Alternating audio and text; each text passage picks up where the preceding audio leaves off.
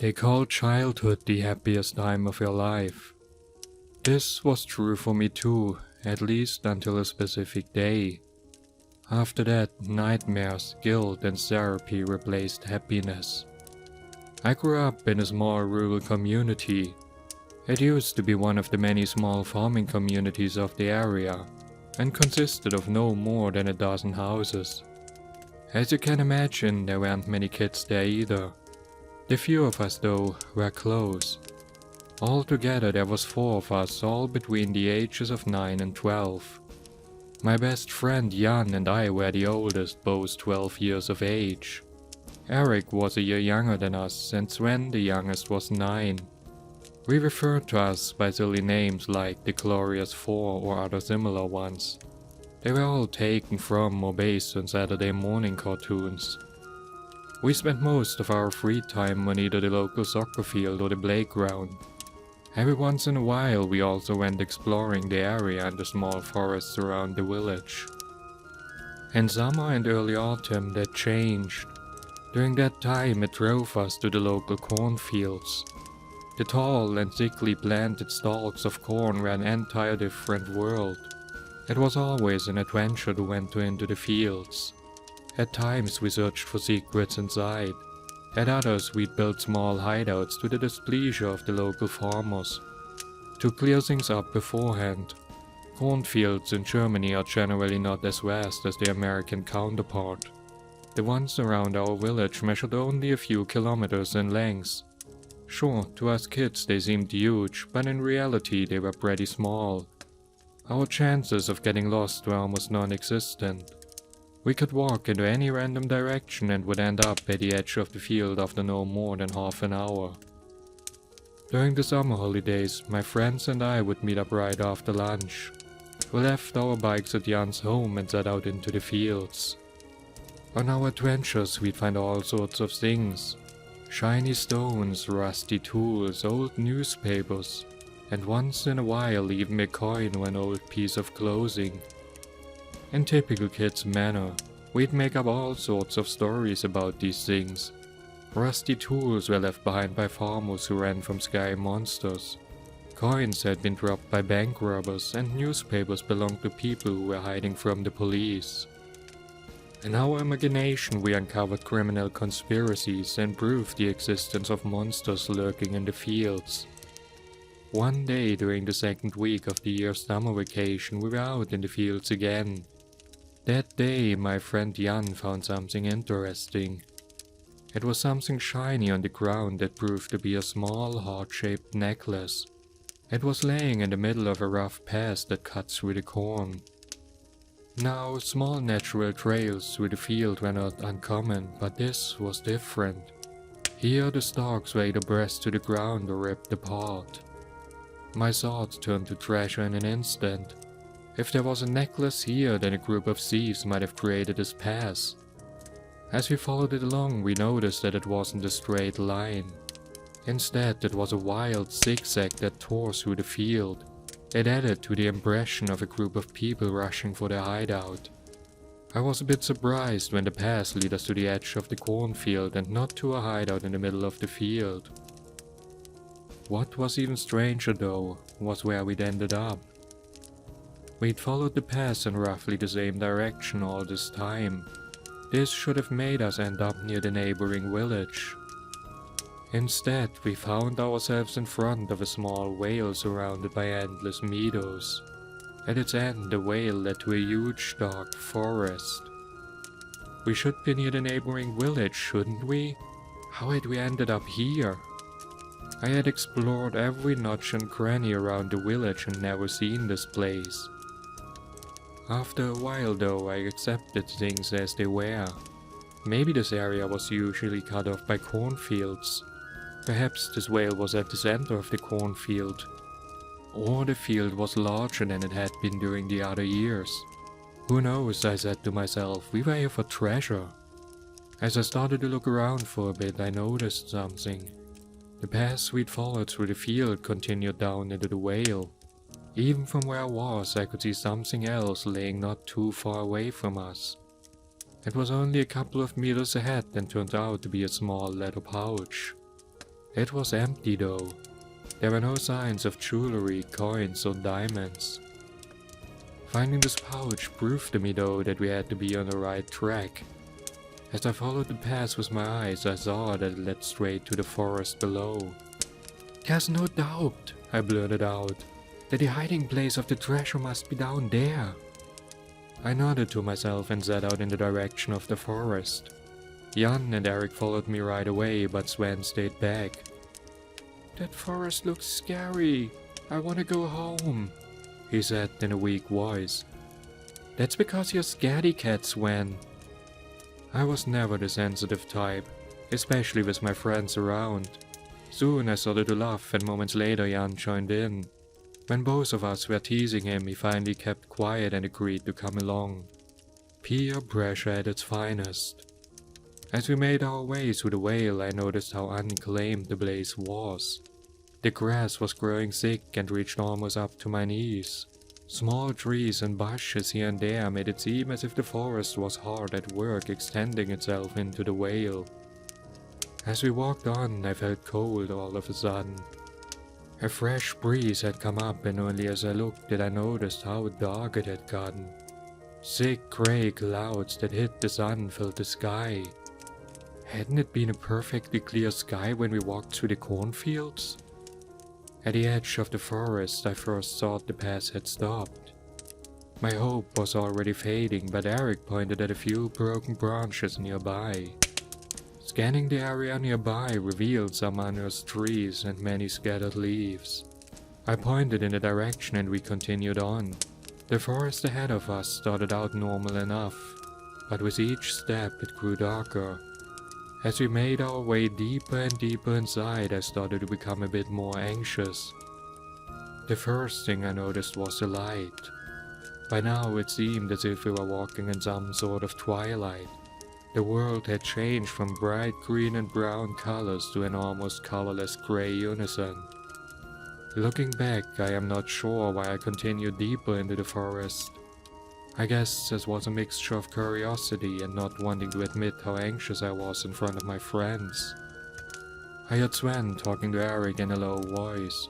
It sounded like he was out of it and barely held back his tears. This was enough, I said to myself. I stopped and looked around and then at my friends. I only noticed now how quiet things were around us. I had lived near forests my whole life and knew that they were supposed to hear birds and the rustling of trees. Here in this grey twilight there was nothing. Everything started to feel wrong, and for the first time I felt alone. I knew my friends were there, right next to me, but it didn't give me the comfort it usually did. When Eric poked me in the back, I jerked around to yell at him, but I saw that he was pointing at something. With a strange feeling of premonition, I looked at what he was pointing at. It was a sort of construction nestled between a few trees. It was no more than 30 meters away, but so easy to miss. For a moment I scanned the area around us in a search of panic. Was there someone else here? This day had started out as just another little adventure. Pretending to hunt criminals and searching for treasure was one thing. Now though, in this forest, the danger started to feel very real. I had enough of this whole thing. We should go back, I thought. I was about to suggest it when Jan took the first step in the direction of the weird construction. "Let's check it out," he whispered with a grin on his face. "What are you—" I started, but then nodded. I didn't want to admit that I was afraid. So against my own feelings that things were wrong, I followed him. Eric tagged along after a while, but Sven stayed where he was. I couldn't blame him. As we got closer, I saw that it was a sort of hut. It was constructed from nothing but sticks and branches of various size. The roof was covered by leaves, grass and dirt. Only now did I see how big this whole thing was.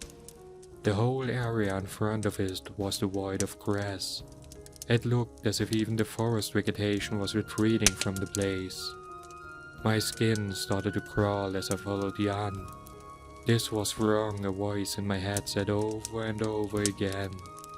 This was not a natural thing or some animal then. No, this must be someone's hiding place. I could even see a fire pit in front of the hut. What if there was someone out here? What if they were dangerous? What if they were hiding inside right now, waiting for us to get closer? I stopped, but Jan walked on as if nothing was wrong. I cursed in my mind. Why did that idiot have to go closer? I stepped forward to tell him once and for all that we should all get out of here now. At that moment I noticed something out of the corner of my eye. I looked over at the hut and my heart skipped a beat. There was a large open entrance and there was something right inside of it. My first thought was that it really was a person lurking in there. I already imagined someone getting up and running over towards me. In fear, I took a step back and bumped into Jan. I almost ran away, but then I saw that nothing over there was moving. "What are you doing?" he asked in annoyance. My eyes grew wide and I raised my hand to motion for him to be quiet. "What is—" But he broke up when I pointed at the inside of the hut. The two of us both watched. Then we went closer one step at a time. Our eyes were focused on whatever was inside. After a few steps I realized that it was way too small to be a person.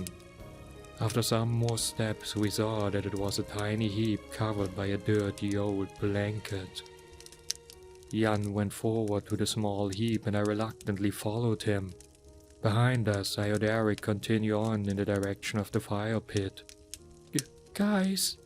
I heard Eric call out to us from outside in a shaken voice. I turned to look and I saw him standing near the fire pit. His mouth was wide agape, looking down at something.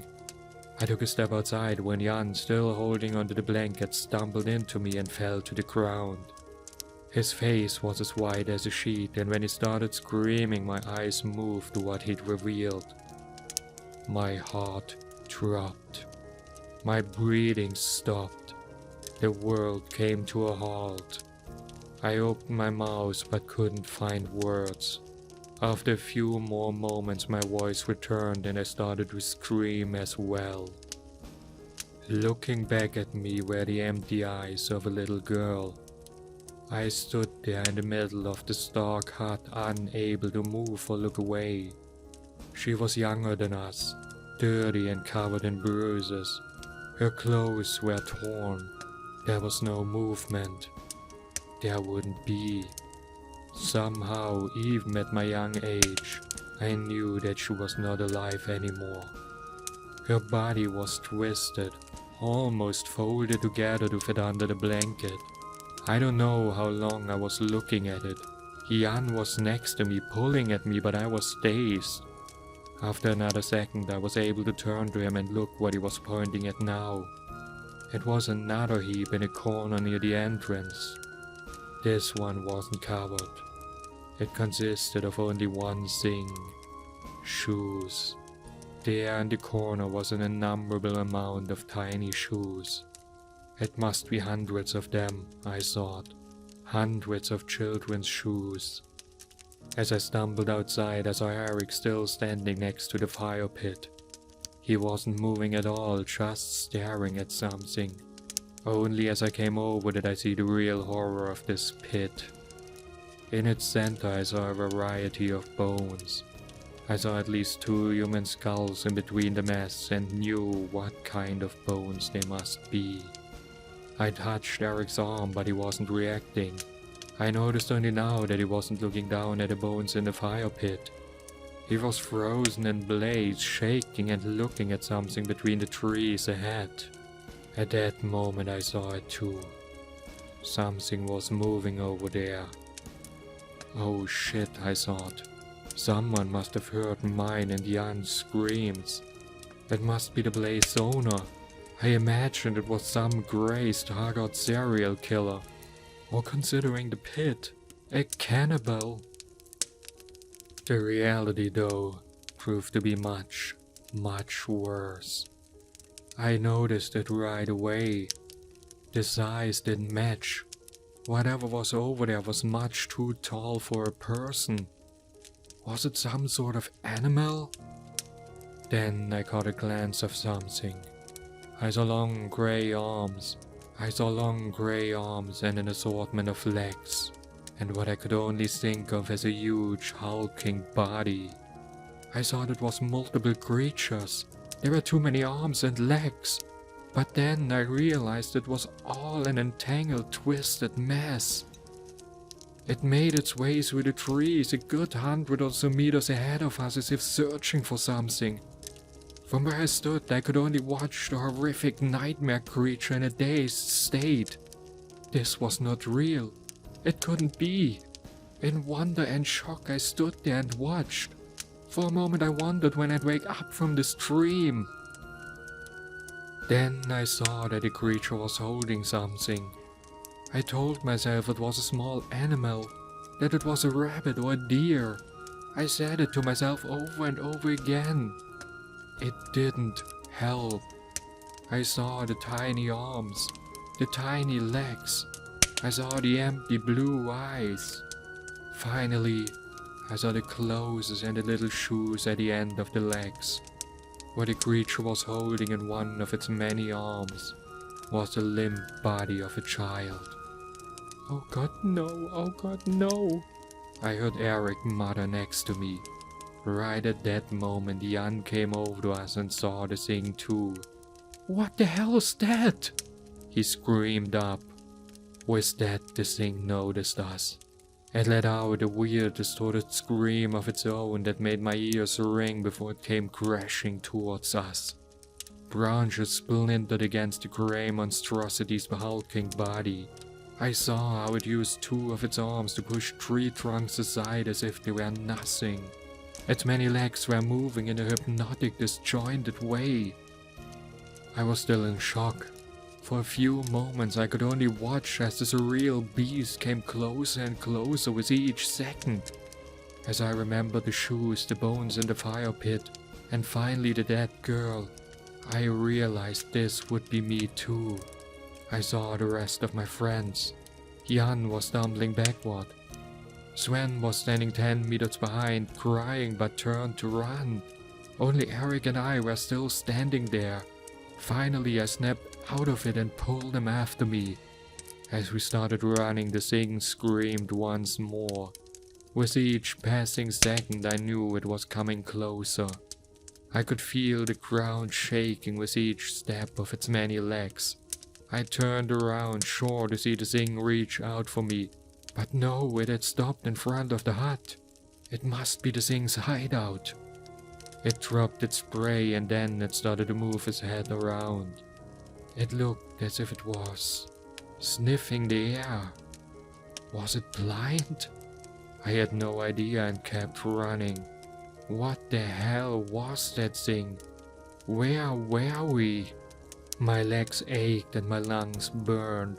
For a moment I slowed down to catch my breath. As if to answer this decision, the creature screamed once more. "Oh please no, just stay there," I prayed to myself. I didn't have that much luck. The noise behind me was enough to know that it was coming after us. It sounded as if a truck, or better a tank, was crashing through the forest behind us. I heard the splintering of both trees and branches. It was as if nothing could stop the thing. Finally I saw the edge of the forest ahead. Then I reached it and then I rushed outside into the small vale. My friends were all ahead of me, even Sven. I didn't get to focus on them. Only seconds after me I heard something huge explode out of the forest as well. Branches and twigs came raining down all around me. I looked over my shoulder once more. I saw the thickly grey and leathery skin of the centauric monstrosity only a dozen or so meters behind me. This time I was able to make out the deformed head. There was a gorging maw and a weird bony hole above it. Where the thing's eyes should have been was only grown together scar tissue. The thing's 4 arms were all reaching out for me. I remember that its hands had too many fingers. I don't know how many there were. They were almost as thin as twigs, but much longer, as if they had too many joints. Right at this moment I tripped over a hidden stone in the tall grass. For a few more steps I went on before I crashed straight to the ground. Jan, who must have seen me fall, turned towards me. Our eyes met, grew wide, and he screamed at me, "Get up! Get up! Get up!" Right then the creature behind me turned around. It focused its attention on Jan. I saw how it rushed over to him on its many legs.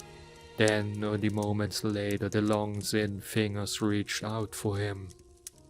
The thing let out a triumphant scream as it caught my friend's squirming body in one of its hands.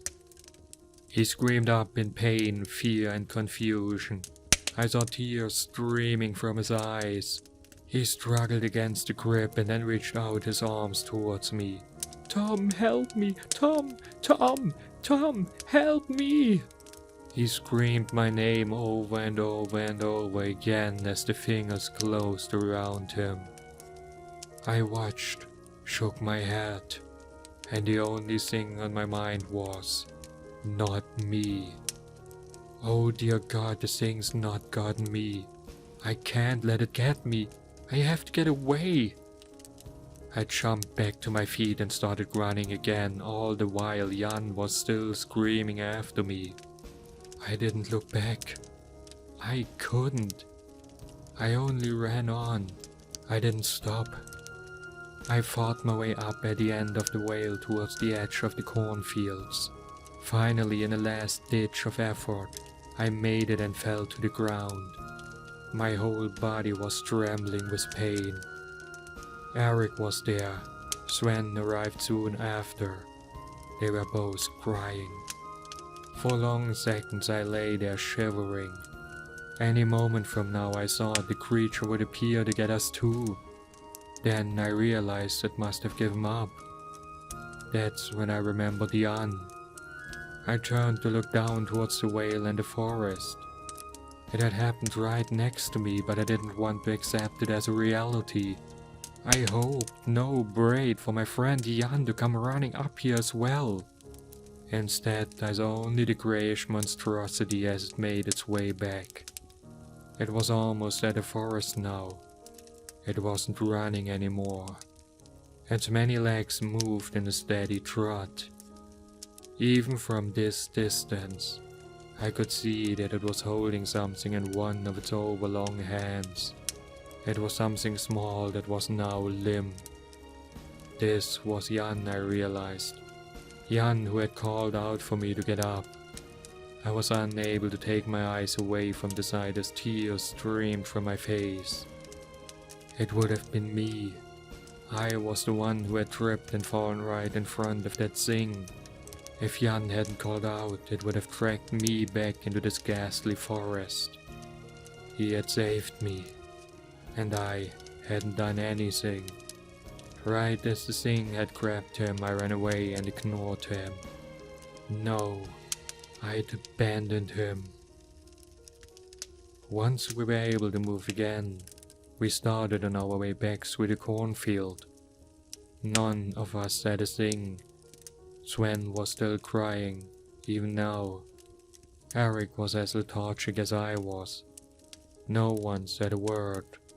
No one mentioned that as soon as we made it out of the whale, the sky was clear once again and the sun was shining down at us. In our confused state, it took us hours to find our way back. Each sound we heard made us turn around in fear of the creature.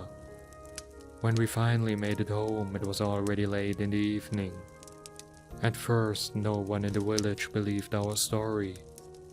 When Jan stayed missing though, the adults couldn't ignore it anymore.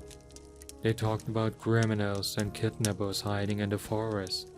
When we told our story, they all disregarded it. They attributed a monster and everything else to our imagination and fear. A police search was started. They combed the whole area, searched through the forest and the meadows.